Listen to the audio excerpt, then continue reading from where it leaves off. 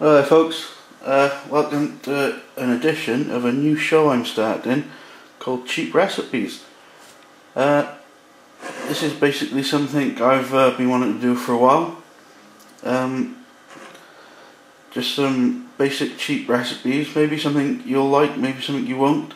This is the kind of stuff I eat.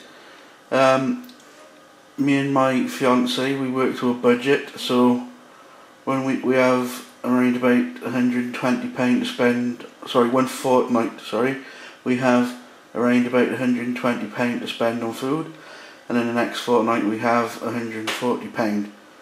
That's the way we work. I always buy everything I can with that and work out meals in my head as I walk around, or sometimes before I go shopping. And these are a couple of cheap recipes that I find help stretch out a few things. So without further ado, let me introduce you to some mushrooms. Now, the pack of mushrooms I bought from Asda were all humongous giant mutant ones like this, double growth ones. They've obviously grown together and amalgamated as one. So you want a nice big mushroom like that, or about 3 or 4 smaller ones of about equal proportion. You want some tarragon. So it's a very nice herb, goes really well with turkey and chicken. Now 2 oxo cubes. These are the chicken oxos. And I have here, in Asda they do the 3 meats for £10. Usually in that you can get some turkey steaks. They bag it up like this because that would usually be like 1 portion for 1 person, but with this recipe you can stretch that out. That's been defrosting in the fridge so I can make this. And basically what you do is you clank up the mushrooms.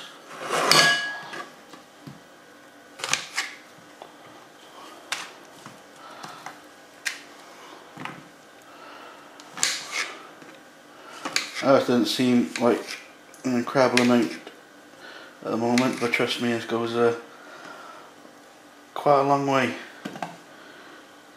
Put them all into the saucepan. Now, I did used to be a chef, but I was never ever good at all that arty farty chefy cutting up stuff. But I did used to be quicker at it than what I am now.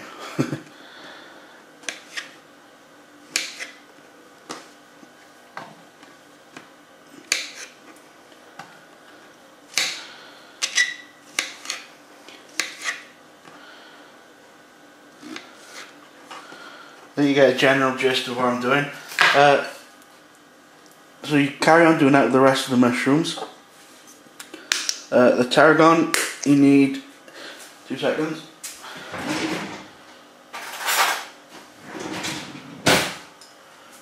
Teaspoon.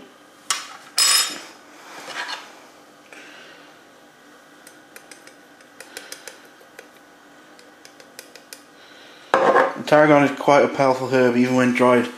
You can just smell that coming off now while I stick that. That goes in. Right, you crumble the oxos into that as well. And here I have from Iceland is ready to cook diced onions. I absolutely hate cutting onions myself, not because they make me cry, because I seem to be oddly immune to that. But I just hate cutting them up. Basically you want to stick a nice handful of onions into the pot as well.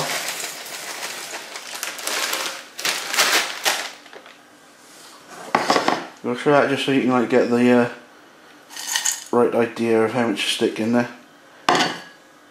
Next I'm going to cut up the turkey and the rest of the mushrooms, and everything goes into the pot at once with this. Quite nice and easy to cook, and I shall see you in a minute. Here you want 5 good sized potatoes, and I'm going to take these out here, these have just been pre-peeled by me earlier, just so it's easier to show you. And you want to get your knife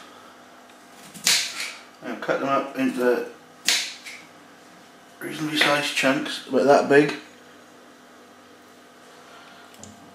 You want to do that with the rest of the potatoes in there and stick it on to boil. And as you can see there, folks, the potatoes have all been nice and cut up and they are about to go on to boil. And welcome back, folks. We have the turkey and everything is now in there. We just show you about the size you want the turkey cut up. That looks like quite a lot of meat in there, and there is. I mean, 2 large turkey steaks, which are usually 1 per person, is you know, makes quite a hefty meal. Now we give that a good shake around to get everything mixed up, all the tarragon and the stock cubes. And now I go to the sink, as you'll hear, and you need to stick 3 tablespoons of water. Don't need much water in this because I need to wash my hand as well from the turkey.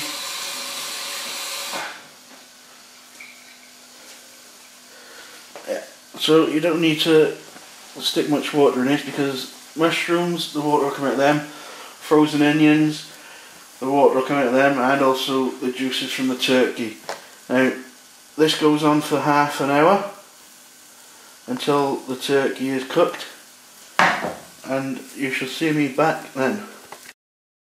And folks, you can see the potatoes from earlier are now cooked nice and soft, and I need to mash them. Well, I need to drain them and mash them. Be back in a minute. And then they're all nice and drained and everything. Right, these potatoes I like to add a bit of salt, some flavour, and a lot of people would add butter. I actually add some mayonnaise. It's a little bit lighter than butter, and also I find it gives a creamier texture. So folks, just cleaning up after myself. And now what you do is you give all that a really good mash. Be back in a minute. There we go. Nice big pan full of creamy mash. Be back in a second. And here we have the mixture I made earlier with the turkey, mushrooms, onions, tarragon and stock cubes. Now, to make that a little bit nicer, add in just a little drop of milk,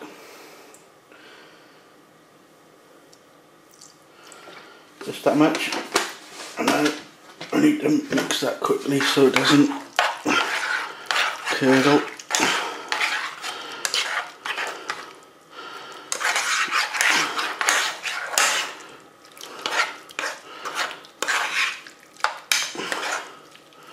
And there we go.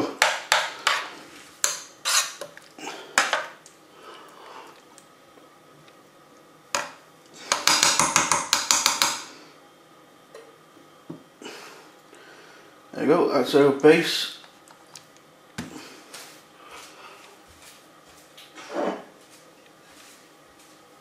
Now I like to stick it in here.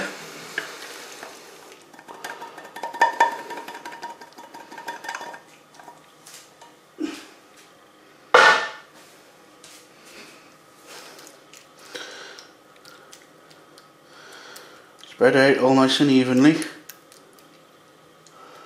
I absolutely love the smell of this, folks. The tarragon and everything is just giving so much flavour. And this, you could make this as the centre for a proper pie with pastry. But I like to make this with the mashed potato. Now what I need to do is I need to wait for that to cool down and the mash, and then I can spread the mash over the top of it, and I shall show you the finished product as soon as it's done. Alright folks, there we go. That is the completed, as I like to call it, chicken cottage pie. Not chicken, what am I saying? Turkey, sorry. It's getting late now in the UK. Yeah, so mashed potato on top, lovely turkey in the bottom. Now that we'll usually have a quarter of that each with some vegetables and a bit of gravy on the top. Or if we are feeling particularly hungry, instead of the vegetables we'll just have half each. I hope you like that recipe, and if you try it let me know. Please thumbs up and share and subscribe if you're new, and I shall see you on the next cheap munch or cheap recipes. Bye folks.